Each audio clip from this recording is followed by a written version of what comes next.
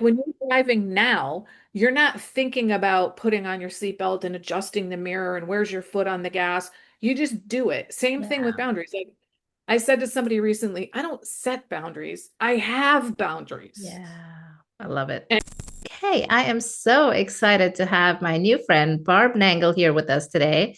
Welcome, Barb, to the podcast. Would you please introduce yourself for everyone? great. Thank you so much for having me, Chitra. I'm excited to be here. I am a boundaries coach. I focus on professional women who say yes when they really want to say no and who neglect themselves because they're so focused on others.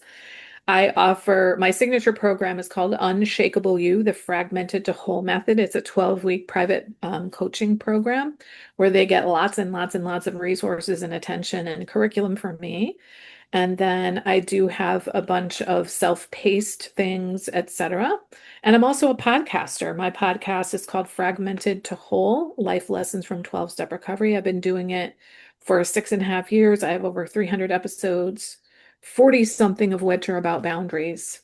I love it. I love it. I can relate to everything that you're talking about because I call myself a recovering people pleaser. So I love that you are offering so many resources for people, who are codependent and people pleasing. So thank you so much for being here. I'm excited to hear from you. I want to know, when it comes to mindset, because my podcast is all about the warrior mindset. Yeah, Um, you yeah. know, what it is where do you think you first started to even think about mindset? Like, do you have a memory of when mindset became important to you? Because I assume a lot of the work you do is around Yeah. mindset. Yeah, it's an enormous part of what I do. So when you're asking when I first came into it, it just caused me to think something I never have before. I didn't call it mindset. When I was 23 or 24, I became a Jafra consultant, which is like Mary Kay, only they focus more on skincare. And it was my first exposure to personal development. Oh, And I became hooked. And okay. I just didn't even know this whole world exists. So I've never thought of it like this before, but that is when it started for me. And since then, I have like I literally have quotes hanging. I have sticky notes. I've done it ever since then I love it. because I know my mind wants to tell me negative things, but I didn't understand how bad it was. Then when I was like 20, yeah, late 20s, I read a book, and in it, the woman was writing out some of the negative self-talk that her clients had. And I went, oh my God, I'm saying that horrible stuff to myself, which I didn't even realize. Yeah. And I thought, oh, I must have this dual self-image because I feel like I like myself and I have high self-esteem, and yet I'm saying all this stuff. So I worked on cleaning that up. And then when I got into 12-step recovery, that's when I realized, oh my, there was way more going on there. And I Mm, wouldn't have called that work mindset either, but that's a lot of what it was. And then I would say, as an entrepreneur, that's when I consciously started doing stuff that I call mindset work, which mm. was 7 or 8 years ago, so mid 50s. Nice. Wow. Yeah. So now that you know that was all mindset work, how would you kind of define, how much of an impact our mind has on our everyday life? 99.9999999%. I know. Yeah. I say 99.999% of our problems start and end in our mind. So, Yes. Okay, right? good. So, and Yeah. we don't spend enough time learning about that. Like I wish that was a whole subject that we were taught just like math and science, Absolutely. right? Yeah. In Yeah. school. Yeah, that and Yeah. emotional intelligence would be really great for Exactly. Well, at humanity. least, yeah, at least now we're living at a time where, they're asking for that in for leaders and, corporate and everyone's starting to pay attention to it. So thank God Yeah. for that. But tell us a little bit about the kind of people that come to you and, what is it that they are looking for when they first start working with you? Yeah, so I tend to coach some pretty high-powered women who mu very much like me. I looked like I had it together on the outside. I had a career. I worked at Yale University. I have a master's degree. I own a home. I volunteer, like all that kind of stuff. And they look like they have it together. And meanwhile, they're dying inside. I would say one of the most important symptoms would be dysfunctional relationships. definitely in the romance department, but often by the time they come to me, their children are adults and many of them have very enmeshed relationships with their adult children. Because my podcast is geared towards people in 12-step recovery, for whatever reason they're in recovery, it could be for alcohol, drugs, codependence, food, trauma, debt, sex, all those things. I tend to attract a number of people who have been in recovery, many of whom have been in recovery for a long time and still haven't gotten a handle on the boundaries piece. So they have a hard time really understanding what is theirs Mm, and what is not theirs. So where do I end and where do other people begin? And they have feelings is really important part of the work that we do because they feel like they're gonna die mm, when they go to set boundaries, which was how I felt too. And they're overly responsible, they're over givers, they're super focused on what other people think, especially what they think about them. And it doesn't matter how much good stuff they have in their lives because they just feel horrible inside and like they're exhausted and they're probably resentful from giving so much, but at the same time, they believe in giving. And so yeah. there's a lot of like, push-pull stuff. Yeah. It's so interesting because, a lot of the work that I do is similar as well. And like I mentioned, I call myself a recovering people pleaser. And so I know what that feels like, right? When you're in that position of, you've been raised to learn that giving is good, which Mhm. automatically in my child brain somehow turned into what taking must be bad, receiving Mm, must be bad, right? And right. so there was this misalignment from Mhm. childhood that I just didn't know even existed, right? And for me, it was like the shift that happened was when I moved to this country from Dubai in India, where I was, doing my further education. But I came here and I noticed people saying no when they felt like saying no, or speaking up when they needed to. And it was like a shock to my system because Mhm. in my Yeah. head, I thought everyone is a giver, everyone is a people pleaser. Yeah, yeah. You don't realize it. So, Mhm. did you go through a personal journey yourself with all of this? And is this kind of you seeking help and then developing the tools and then sharing them with others kind of journey? Or did you just get passionate about it? So no, so I am a lifelong seeker. I started therapy at 15 Good for you. and I was like 52 when I got in recovery. So it wasn't 37 years of continuous therapy, but close. And then, as I mentioned, I got introduced to the whole self-help genre at like 24 and have and continue to read voraciously in the whole personal development realm and have done all the workshops and all that stuff. And I would say, like, all of those decades sort of scratched the surface of the iceberg of my life, and 12-step recovery melted the iceberg of my life. So 12-step recovery uncovered so many things about me, literally zero of which came up in all that other work. I never knew that I didn't have boundaries. I didn't know even codependence existed, never mind that I had that.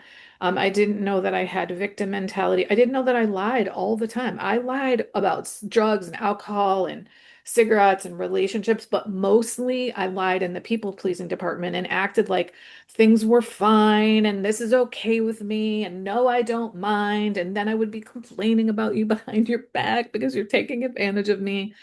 So, the 12-step recovery program really, really changed things for me.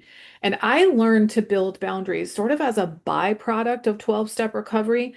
But for me, I think of codependence as my core wound, and boundaries are essentially the antidote to codependence. So once I got a handle on my boundaries, I was like, this is amazing. And so I started doing a lot of reading about boundaries. And as I was reading, I would visually like draw these images that depicted what I was understanding. And then those drawings turned into handouts, which turned into a workbook, which is the backbone of my boundaries coaching program. And the rest of my curriculum is made up of like podcasts and articles that I've written. And then I created PowerPoints to, demonstrate all this kind of stuff. So I started out just being a life coach and then realized I needed to have a niche. And it just made sense to be a boundaries coach because it's such a passionate issue for me. And boundaries permeate every area of our lives. True. So it became a passion for me because I got laid off from Yale after a couple years of being in recovery. Mhm. And I found my way into the world of like startups and innovation and entrepreneurship in New Haven and at Yale. And that's how I started my own business. And so I'm essentially trying to work with former me so that Mhm. they can understand you get to actually say yes to you, that it is not selfish to take care of yourself or to say no to people. And I think, one of the things I don't typically say this because I don't think I need to anymore because everybody is clear I have boundaries. But one thing I think is really nice is to say something like, if you want the best of me, then, and then whatever the boundary is. I'm also not a fan of using the word boundaries when you're setting boundaries with people. I don't think Of it's a good course. idea Yeah. because there's so many misconceptions about what does that mean? Yeah. Yeah, I remember I was speaking at an event once and the woman was like, "Well, I've been raised to be a giver and a donor." And I'm like, "Yeah, me too, but wouldn't it be Mhm. better to give from your whole self and a full self rather than from your depleted self?" And that's Yes, really the distinction between setting boundaries right. and not setting them, right? Yeah, Because your best self is what everyone deserves, right? And right. you Yeah. don't get to do that when you're depleted. So I Right. think it's, Agreed. yeah. Yeah. I mean, I think of myself as having been a volunteeraholic before I got in recovery. I mean, uh, now I've volunteered for, I think, 16 different nonprofits, but then before then it was like 13. Yeah. And I now donate more hours per week in community service now that I'm in recovery and have healthy boundaries than I ever did before. But I Yeah. do it strategically rather than at the drop of a hat. I do it by choice, not because I feel compelled or obligated. And I do it after filling my cup first. Well, the only way that your cup gets filled is if you fill it. And I love I don't know if you know Ashley Kirkwood. She wrote the book Speak Your Way to Cash. She's Yeah. amazing. She says you want to pour from the overflow rather than an empty cup. Well, you can't have overflow if you're not filling it. Yeah. And so, like you said, who would you rather receive from too? Like we want to receive from people who are giving from overflow, not from people who are squeezing the last drop out of Yeah. their own empty cup. That's like, that's not good. And where would you rather give from? The overflow or the bottom of the cup? Yeah, absolutely. I always say, like, if you have scraps left over at home, that's what you're serving the guests who come over, Yeah. and Yeah. nobody wants to be on the receiving end of that. So, and then for Right. you to be Yeah. resentful after is like, oh, I did so Right. much. Yeah. But Yeah. yeah, and for me, I know the big aha moment came for me when I was dealing with people pleasing and I realized it was more of an ego issue than a soul issue. Mm. Yeah. And that That was was, a yeah, huge huge. aha for me, right? Yeah. And I was like, wait, how can people pleasing be connected to my ego? Right. But my Mhm. ego felt safe and Mhm. felt loved and felt good Mhm. when I gave because that was the Yeah. conditioning I had. Right. And so I Yeah. had to peel that conditioning to uncover the fact that, yeah, who feels good when I'm a giver? My ego feels good. And what does Yeah. my soul want? My soul doesn't care. My soul says, what feels good to you? What honors Yeah. your truth? So Yeah. it's eye-opening once you start getting into this world. Mhm. And then it's Yeah. like, why am I doing this? And why am I, Yeah. it's not their fault. I'm enabling this. What? This whole Yeah. time I could have changed things, you know. Right. So it's such an eye-opener when you start digging deep into the root cause of whatever it is that's making Yeah. you those Yeah. boundaries. Yeah, Um, when I heard the term people pleaser, I don't think I'd ever heard it before recovery. And I was like, "Pff, that's not me." Like my friend Joanne, she's a people pleaser. And then as time went on, I was like, oh my God, I'm a people pleaser. And I thought, honestly, Chitra, I thought that I helped people because I'm nice. I'm a yes, nice we all person, do. I right? totally relate. And then I realized it was because I wanted people's approval. Yeah.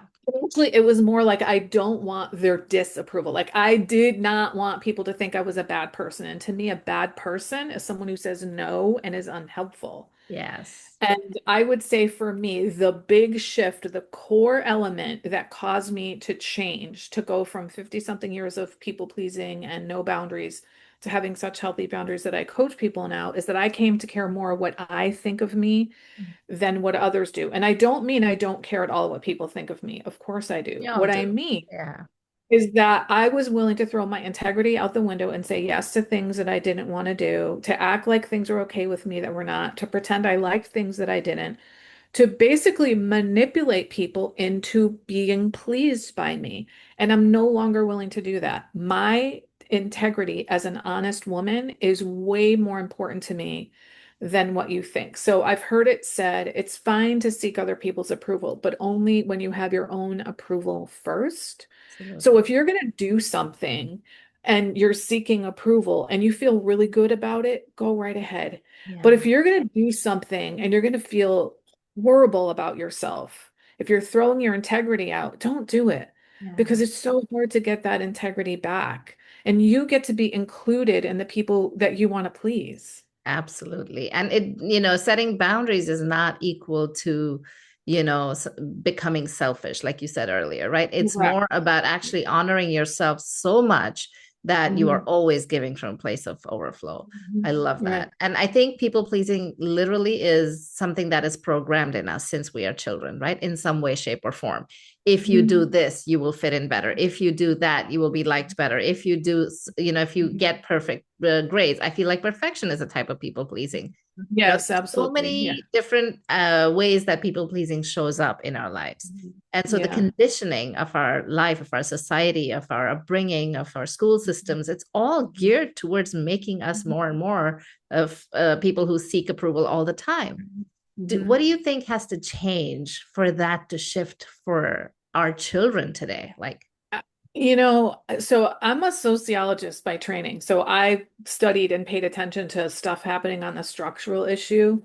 But I also learned that it's the interactions we have at the micro level, the interpersonal interactions that change and disrupt those patterns. And I think this is one thing that needs to happen on the individual level, and that is that people need to learn to focus internally. Like mm, I never asked myself, what do I want or need here? That just wasn't even an option. It wasn't on the radar for me. It was always, what does he need? What does she need? What does this situation need? What does the organization need?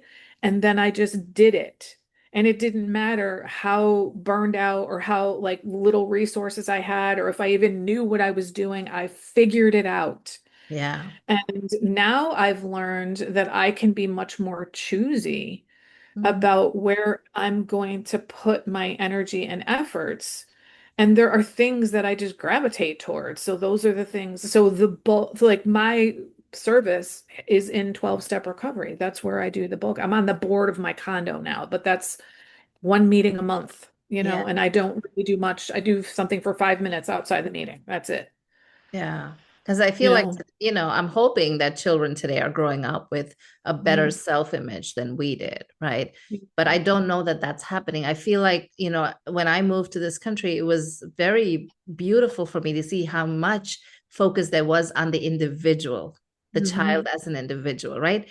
What do they Mhm. want? Like I remember going in to celebrate like the Indian festivals and talking about them and then offering these sweets and the teacher going, well, if you don't want to try it, that's okay. You can politely say no. And I was like, what? Like in my country, it would be unheard of for you to say no when someone was offering you something, right? You're right. But Yeah. it was also beautiful in a way because the kids got to then, experience and share their individuality. And Right. Yeah. but I feel like that was great up until like the ninth and 10th grade. And then when that competitive streak set in about college hunting, suddenly it Mhm. just went out the window.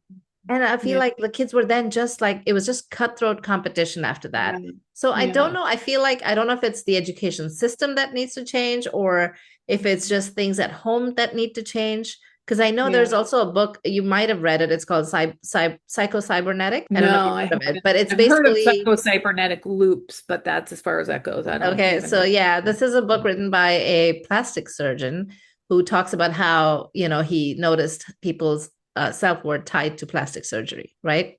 And so Mm-hmm. he starts the book with like the most important thing that you can work on in your life is your self-image, what you Mm-hmm. think of yourself, right? Right, exactly. Yeah, yeah. And So, I said earlier that I thought of myself as a powerful woman of agency who liked myself and had high self-esteem. I now know that what maybe I had high self-esteem. I didn't love myself. I may have liked myself. I didn't love myself. I did not feel worthy. And I Yeah. also didn't trust myself. And I really deeply love myself now. The beginning of that journey was the boundary building process. Like I built trust with myself by showing up for myself and following through for myself in ways that I never did before. And listen, if you want to get someone to love you, do things for them that make them feel better and make them feel honored. Like if you want to feel love for yourself, do loving things, like show up for yourself and follow through for yourself. And I eventually became felt worthy. And then like one of my 12-step programs is it's a trauma recovery program where you reparent yourself and you use the 12 steps to recover. And the reparenting stuff that I do is incredible in terms of healing because I'm basically reparenting my inner child or my inner children in ways that didn't happen as a child. And it's almost like I'm backfilling this love that I didn't get as a Mm, child, and it's welling up in me as an adult, and I'm the source of it. so So I good. love myself, and I do things like I literally look in the mirror every day, usually multiple times a day, and say, I love you, Barb. Mm. Oh, I'm so But when glad I to hear that. started that Chitra, I did not mean it. And it was like, oh, this is I know. so weird, gross. And I was crying and saying to myself, like, Jesus Christ, Barbara, you're a 52-year-old woman. Why are you crying? Because that's what I heard as a kid. Why are you crying? Let me Wow. give you a reason to cry. And I just kept doing it because I heard that it was really healing. And eventually I meant it. And now I like super mean it. And I truly love myself. And so that means I don't put myself in harm's way. I don't compromise my integrity for other people. I Yeah, don't let people take advantage of me, which isn't really a thing. We give advantage to people. sure. Yeah. I treat myself as if I'm beloved because Yeah. I am. And You so is are. everybody listening, whether they believe it or not. You are Absolutely. beloved. Yes, yes. Oh, so powerful, right? Because we all need those reminders and we need places that are safe where we can come and share those vulnerabilities. And people think self-love is easy. It's like going to the spa or it's going like getting your nails done. But Yeah. really, I think self-love is doing that hard inner work Yeah, to, right. I call it the peel, feel, heal framework, but Yeah. it really is peeling the layers to understand what happened to me. Why did I Yeah. have developed this self-image? And how do Mhm. I rectify it? Right. And it's uncomfortable. Like even Yes. saying I love you in the mirror is uncomfortable in the Yeah. beginning. Yeah. Right. Yeah. Saying no to somebody is uncomfortable. It's so much easier to do what you've been programmed to do over and over and over. It was so easy for me to say yes than to say Of no. course. Right. And Yeah. so when I said no for the first few times, I know it felt yucky. Like I felt like a Yeah. bad person. My ego was like, Yeah. what are you doing? This Yeah. is not Yeah. you. You shouldn't be doing this, And I Yeah. said, nope, I'm going to stick to my guns and I'm going to try it out and I'm going to Yeah. do it. And I say, to this day, I say, I love giving and I will continue to give, but I will give on my own terms Right. and I will Same, openly same, receive. same. Right. Yes. Yeah. So, Yes. oh, Same, so good. same. Yeah. So Yeah. good. I love it. Same. I love it. And I Yeah. think that there is something to be said about people who are doing this work who have gone through the healing themselves. Right. Absolutely. Yeah. Yeah. Yeah. I mean, Like all those therapists I work with, I don't know anything about them. I don't know what their journeys have been like. I do know that they were mediocre at best. I yeah. got like a recommendation about a book one time. That's the only concrete thing I can remember Wow. from all of the therapists I worked with over the years. Really? That is abysmal. Yeah. And like 100% of the people that work with me have an amazing transformation. 100%. Not 50 or Yeah. 25%, like all of them. But I also, like, they know who I am by the time they work with me. They know my story. I share from lived experience. I created the program from lived experience. Like, I know this stuff works, and I'm there, and they can also contact me in between. They don't have to wait until our weekly call and all that stuff. So I'm like concretely helping them. Whereas I think, and I'm not dissing therapy and there are a lot of horrible therapists out there, but there are also a lot of really good therapists out there. And I just didn't know any better. Yeah. I really just didn't know any better. I think you hit upon something very important, right? And yeah, I think there are some amazing therapists out there as well. But I do Mhm. feel like having a lived experience just changes the dynamic because Of when you've course. broken free of something that had held you captive all your life, you are Mhm. now in a position to hold space and compassion Yeah. for people in a way Yeah. that is unimaginable, right? Yeah. And it's funny, like we're talking about this because I'm about to launch this like brand new platform called Align, where I'm going to have like different facilitators come in. And each of the facilitators I picked is I made sure that they had been through their healing journey Good. and Good. healed through some major trauma, right? Yeah. Because when you're not healed yourself, you can't hold space for anyone. It's like that place of Agreed. Yeah. overflow.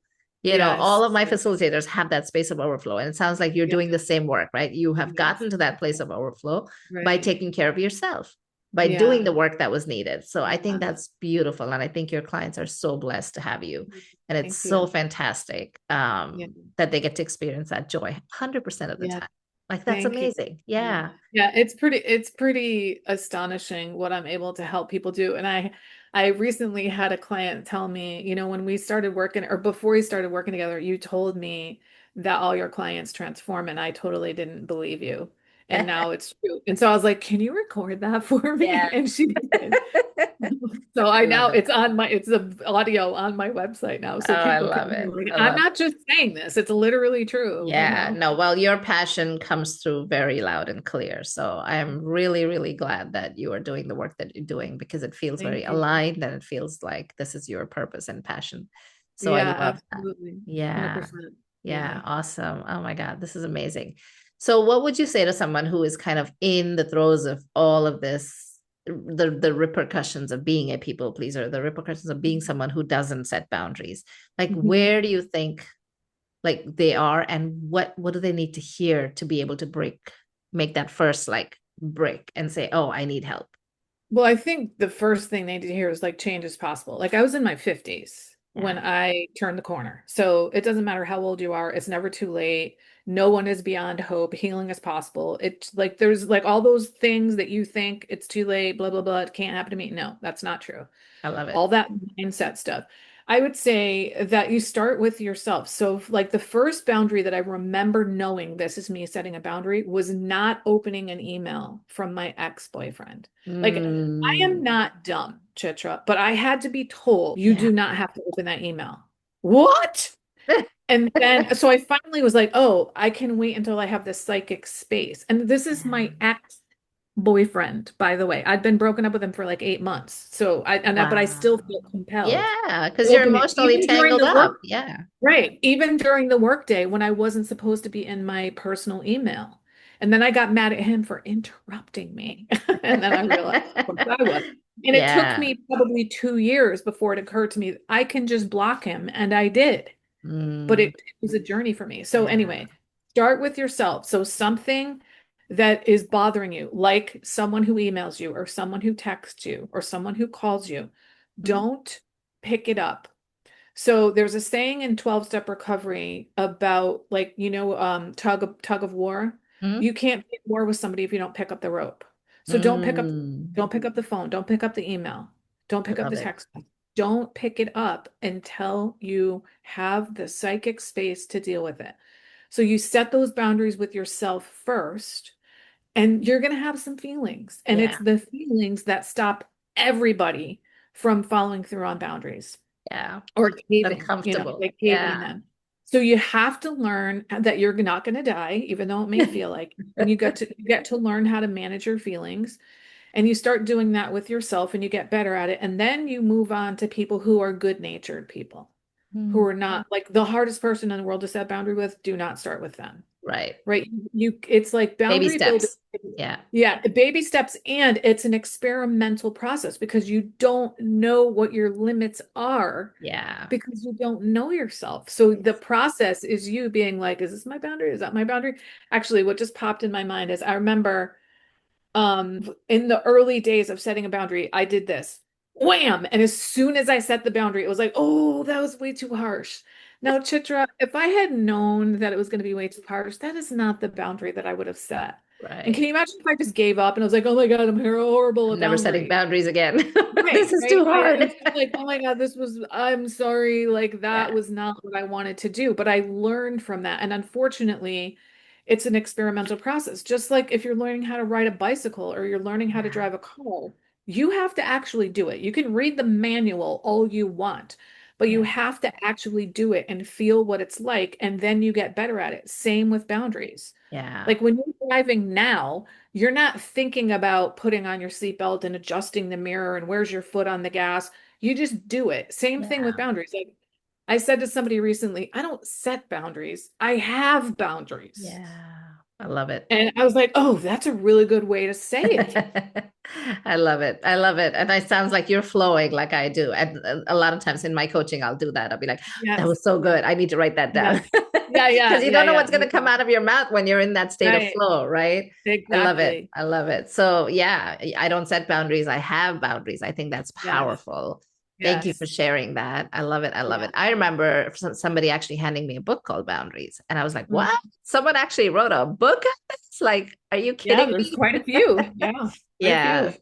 Yeah. So that's amazing. And so anyone that's listening who's dealing with this, like filled up with resentment, feeling like everybody's just out to get you and taking advantage of you, let's start with just pausing, right? Let's start with just like thinking about, okay, where can I even start? Because I always say the first step is awareness. Are you even Mhm. aware that you're not setting boundaries, right? Is Right. that something you need to pay attention to? And then start to observe your own mind. Like, what are the Yeah. stories I'm making up? So Yeah. I love everything that you're about because I feel like I do the same work in a different Good, body. good, good. But Yeah. this is fantastic. So, all right, this is amazing. Tell us, do you have any favorite books around boundary setting that you can recommend? Um, well, the book that I read initially is not something that I recommend. It was very difficult for me because it was super Christian. And Okay. I mean, I go to a Christian church, but I don't like strongly identify as Christian. It was very difficult, but I like really needed it. But I just think like I have it's a more of a almost a workbook. It's called The Art of the Limit. It's Collected Boundary Wisdom by Barb Nangle. It's not really a workbook, but after every single essay, there are reflection questions. Oh, I love it. And it's And it's where basically my stories so that people can see this is what it looks like I love in it. the throes of no boundaries. And then this is what you do. And then this is what it looks like when you have boundaries and the benefits of it. So I'm gonna recommend my own. There you And it's an go. ebook. So, I love it. And people it's can on get it. Amazon. Where would It's people find actually not, and I should put it on Amazon. Yeah. it? Is it on your website? Yeah. Yeah. Okay, Yeah. beautiful. So we'll add a link to that. So Okay, speaking of good. website, can you tell everybody what's the best way for them to find you? How can they Yeah. connect with you and learn more about your services? Absolutely. So, if you're listening to this as a podcast, which I know you are, then you can just hop on over to my podcast, Fragmented to Whole. Life Lessons from 12-Step Recovery. Or if you want to go on the internet, you can go to fragmentedwhole.com and find links to it's on every podcast outlet. And then if people and everything about me is on the podcast. My favorite place to hang out on social media is Instagram. I'm at Higher Power Coaching. And then if people really want to go deep and do this work and have real change, then we should talk and they can go to barbchat.net and Okay, that will allow them to sign up for a free 30-minute Unshakeable You call with me. And there's a few questions to answer so that I can make sure like you're the kind of person that I think I would be able to help. And then we'll talk about whether you feel like I would be able to help you. beautiful. I love it. Thank you so much, Barb, for all of your wisdom, for sharing your own experience so vulnerably. And I know that people listening will deeply resonate and definitely want to check you out. I'm so grateful. Thank you. Thank you. Thank you. Thank you so much for inviting me. Of course, my pleasure.